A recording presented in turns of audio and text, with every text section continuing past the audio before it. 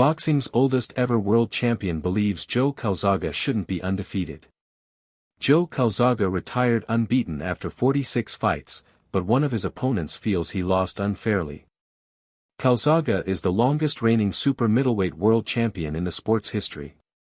He held the title for a decade and made more than 20 defenses against the likes of Seiki Obika, Jeff Lacey, Mikkel Kessler and Chris Eubank. That said, his old foe Carl Froch believes the Pride of Wales was lucky to get his win against Robin Reid. In his final 2 fights, Calzaghe moved up to light heavyweight to beat Bernard Hopkins and Roy Jones Jr.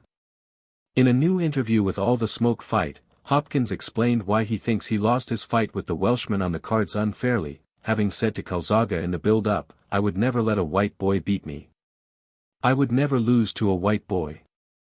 I couldn't go back to the projects if I let a white boy beat me. Yeah, I believe I beat Calzaghe. I think my words, my mouth, took that fight from me." They had 3 judges. The referee got to get the slip from each judge. Dwayne Ford gave his slip and left his chair. Very unusual to give the slip and leave the post.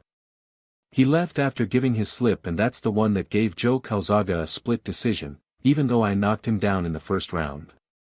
That statement, I believe, cost me the fight. Hopkins started the fight well and had Calzaghe cut and then down on the canvas in the first round. Both men were warned later by the referee, but come the final bell, it was Calzaghe and his famous work rate that saw him outland Hopkins and win a split decision on the cards, with the scores reading 116-111 and 115-112 in his favor and 114-113 for Hopkins.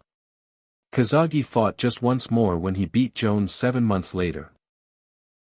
Hopkins fought on and, in 2011, beat Jean Pascal to become boxing's oldest ever world champion at 46, a record he improved in when he won belts aged 48 and 49 too.